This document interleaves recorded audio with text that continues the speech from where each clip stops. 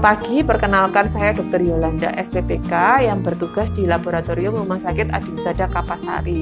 Saya akan menjelaskan tentang macam-macam tes laboratorium untuk COVID.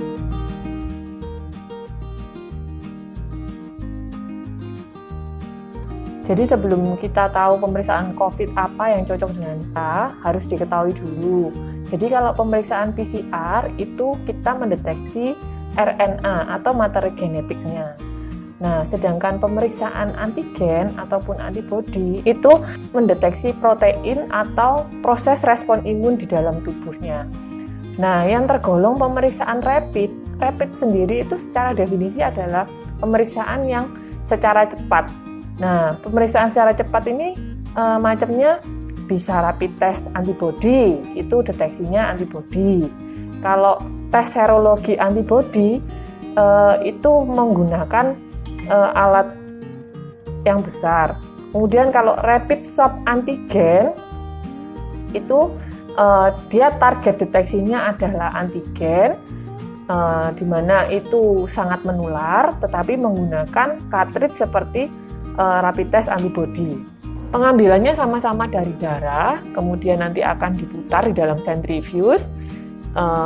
Tujuannya untuk serumnya itu yang akan diperiksa apakah mengandung antibodi dari COVID atau tidak.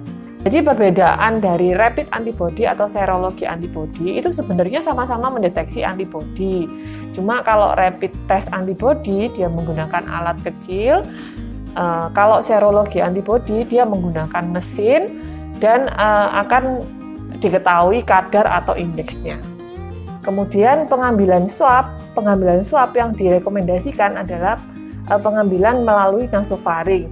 Orofaring juga bisa, tetapi di orofaring sensitivitasnya akan lebih rendah daripada pengambilan di nasofaring atau di dalam hidung.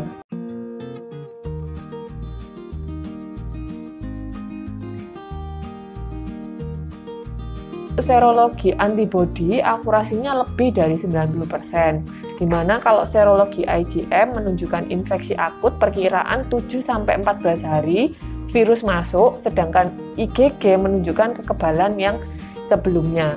Di mana IgG ini peran sebagai kekebalan memori yang dapat melindungi dari infeksi COVID kembali.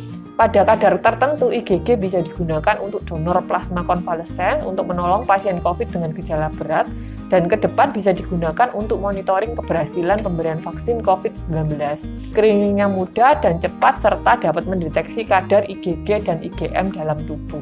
Kerugian dari pemeriksaan serologi IgM dan IgG ini bukan sebagai patokan diagnosis karena hanya mendeteksi respon imun dari infeksi virus COVID. Sehingga apabila didapatkan hasil yang reaktif, tetap harus dilakukan pemeriksaan lanjutan yaitu swab PCR untuk membuktikan apakah masih terdapat materi genetik virus dalam tubuh pasien. Kalau rapid test antibody, akurasinya hanya sekitar 30-40%. Kelebihannya, metode screeningnya juga mudah dan cepat dilakukan, tetapi kekurangannya rapid test tidak bisa dijadikan patokan diagnosis untuk mendeteksi apakah seorang terinfeksi COVID-19 atau tidak.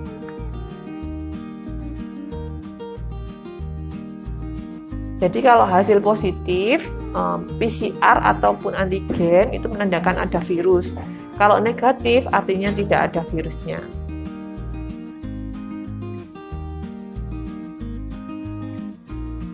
Kita setelah terpapar dengan pasien konfirmasi mulai hari 0 sampai 7 hari itu yang disebut masa inkubasi. Itu pemeriksaan yang tepat untuk diambil adalah swab PCR ataupun rapid antigen, di mana kalau rapid antigen harganya lebih murah dan hasilnya lebih cepat untuk diketahui. Nah, kalau setelah hari ke-7 kita bisa memeriksakan untuk pemeriksaan antibodi, bisa melalui rapid test ataupun serologi. Nah, kalau ini hasilnya reaktif, perlu dilakukan pemeriksaan untuk konfirmasinya yaitu PCR. Tetapi kalau misalnya ada gejala, bisa langsung memeriksakan diri ke rumah sakit. Nah, bila sudah tidak ada gejala dan hasil swabnya negatif, walaupun antibodinya masih terdeteksi reaktif. Apabila Bapak atau Ibu masih takut ke rumah sakit, tidak perlu khawatir karena kami Rumah Sakit Adiwusada Kapasari membuka layanan home care atau datang ke rumah Anda. Dan tidak perlu khawatir, tenaga medis yang datang ke rumah Anda sudah melakukan tes COVID secara berkala.